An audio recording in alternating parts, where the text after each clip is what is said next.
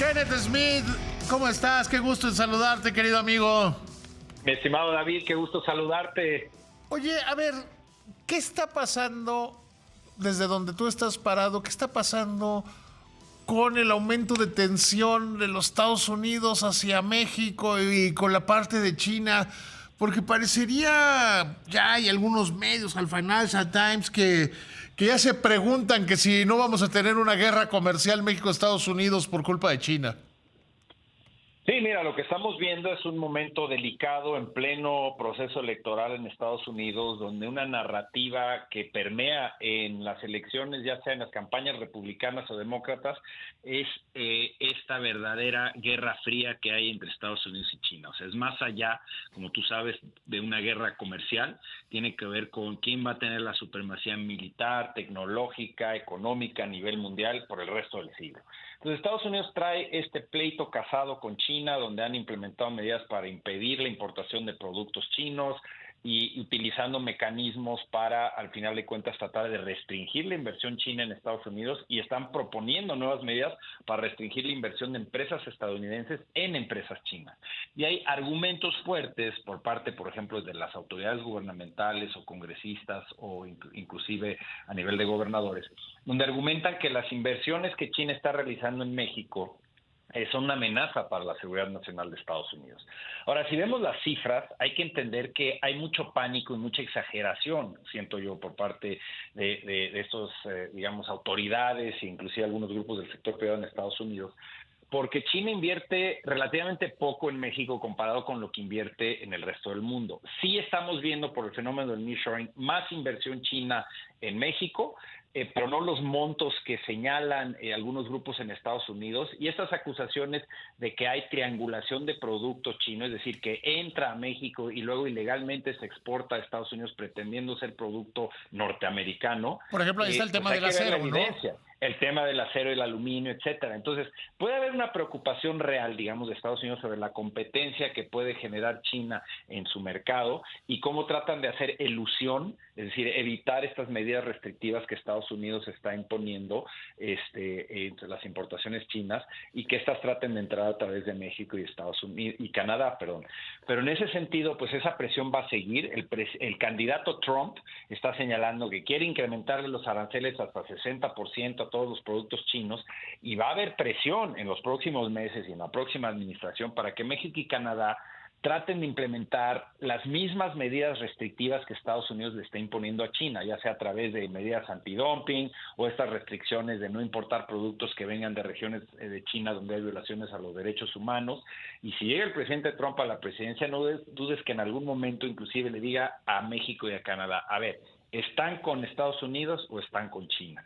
Es una visión suma cero del comercio internacional, pero es una visión política que pues en años anteriores le ha funcionado a Donald Trump. Entonces eso va a generar mucha presión A ver, y no sobre solo, México. y perdón que te interrumpa, no solo sería Donald Trump, también yo creo que empieza a haber esta de si me están usando China a México como trampolín para Estados Unidos y Canadá, básicamente para Estados Unidos, o si no es así, está la presión de la industria automotriz, está todo esto, entonces como que puede ser Trump o puede ser Biden, pero ninguno de los dos se sienten cómodos, ni sus partidos tampoco, ¿no?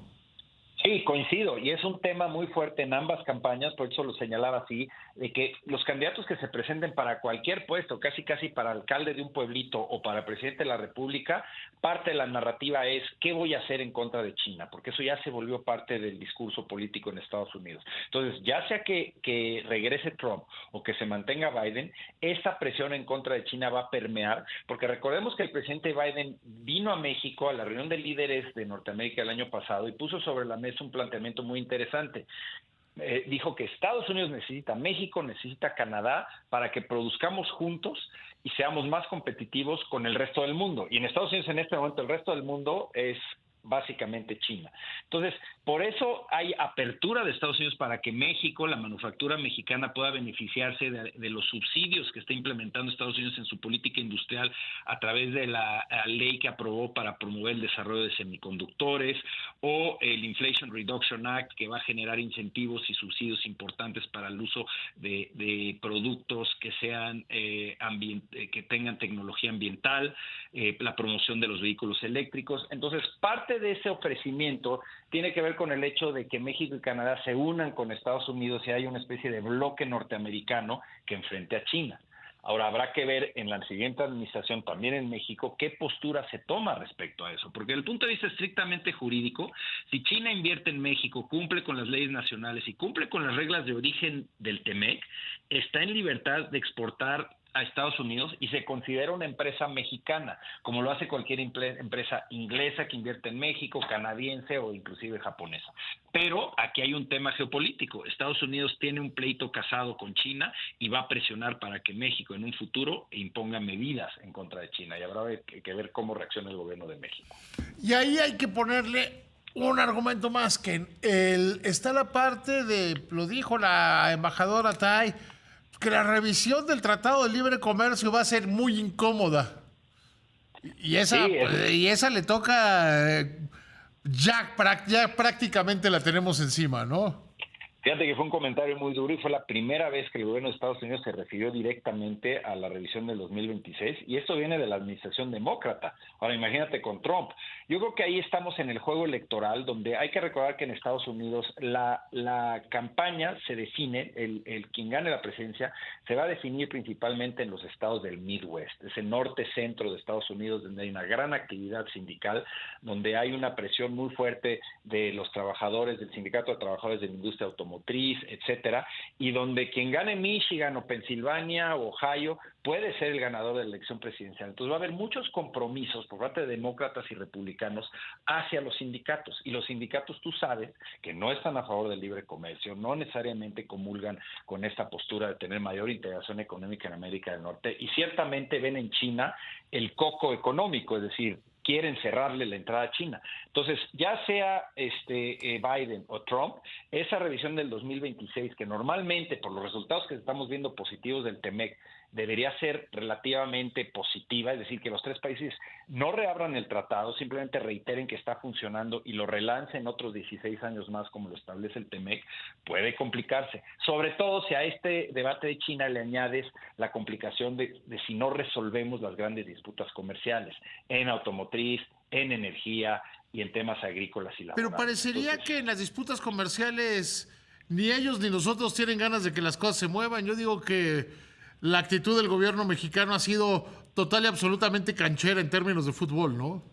Sí, y ha caído en el juego también Estados Unidos, es decir, México ha retrasado como ha podido que Estados Unidos le solicite el panel de maíz, que finalmente lo solicitó, pero la decisión se va a ir hasta finales de este año, entonces ya no va a impactar en la elección aquí en México. Y Estados Unidos podría haber jalado el gatillo en el panel de energía desde el año pasado, pero no lo hizo porque no quieren generar disrupción en la cooperación de México en migración y en seguridad. Entonces yo creo que eso ha sido un error de Estados Unidos, porque de alguna manera se han puesto de pechito y han permitido que sigan las cosas en un status quo sin avanzar, y al mismo tiempo tampoco puedes decir que ha habido grandes resultados para Estados Unidos en materia de migración o de seguridad. Entonces yo creo que si llega Trump al poder, a su estilo clásico, va a decir: yo quiero todo, quiero que me ayudes en migración, en seguridad, y que me resuelvas las disputas comerciales. Y si no se han resuelto para el 2026, tiene un pretexto muy importante Trump. ¿Te acuerdas de su argumento ficticio de que el déficit comercial de Estados Unidos con México es negativo o genera mucho daño en la economía estadounidense? Sí. Pues ¿qué crees? Ese déficit, a pesar del crecimiento del comercio, de la economía en general, de la inversión, pues el déficit sigue creciendo por razones estructurales. Entonces no dudes que salga con esa cantaleta nuevamente y diga: porque el déficit sigue creciendo, entonces tenemos que hacerle cambios al TEMEC. No veo yo un riesgo como en 2017, que de entrada inmediatamente Trump diga: quiero tumbar el tratado, porque de alguna manera cree que es. Me quedan 10 segundos, te agradezco muchísimo que me hayas tomado la llamada, te mando un abrazo, amigo.